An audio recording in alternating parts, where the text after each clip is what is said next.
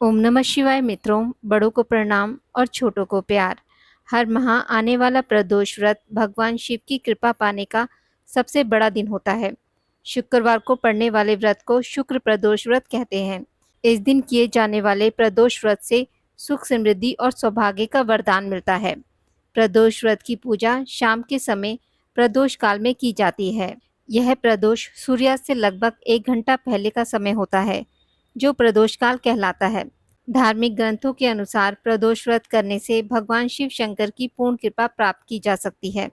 इससे जीवन में किसी भी प्रकार का अभाव नहीं रह जाता है। इतना ही नहीं, समस्त आर्थिक संकटों का समाधान करने के लिए प्रदोष व्रत अवश्य करना चाहिए। इस व्रत के प्रभाव से हर तरह के रोग दूर होकर बीमारियों पर होने वाले खर्च में कमी आती है।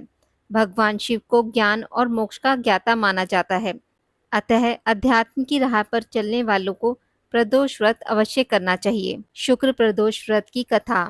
एक नगर में 3 मित्र रहते थे, राजकुमार, ब्राह्मण कुमार और तीसरा धनिक पुत्र।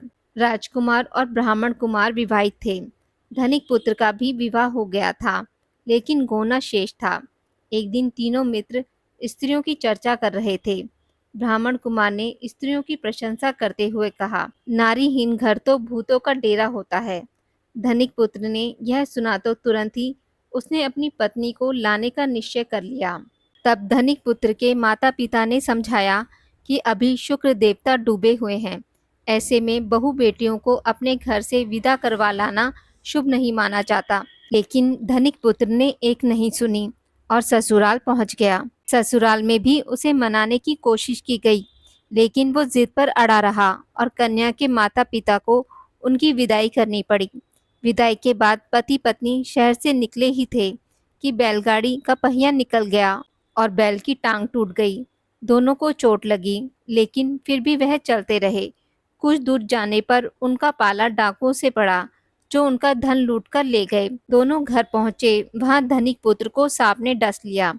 उसके पिता ने वैद्य को बुलाया तो वैद्य ने बताया कि वो 3 दिन में मर जाएगा। जब ब्राह्मण कुमार को यह खबर मिली, वो धनिक पुत्र के घर पहुंचा और उसके माता पिता को शुक्र प्रदोष व्रत करने की सलाह दी और कहा कि इसे पत्नी सहित वापस ससुराल भेज दें। धनिक ने ब्राह्मण कुमार की बात मानी और ससुराल पहुंच गया, जहां उसकी हालत ठीक होती गई। यानी शुक्र प्रदोष व्रत के महात्म्य से सभी घोर कष्ट दूर हो गए। आज की इस वीडियो में बस इतना ही। मित्रों, अगर आपको मेरी वीडियोस पसंद आती हैं तो इसे लाइक और शेयर ज़रूर करें और पूजा पाठ से जुड़ी जानकारी के लिए मेरे चैनल को सब्सक्राइब करना ना भूलें। धन्यवाद।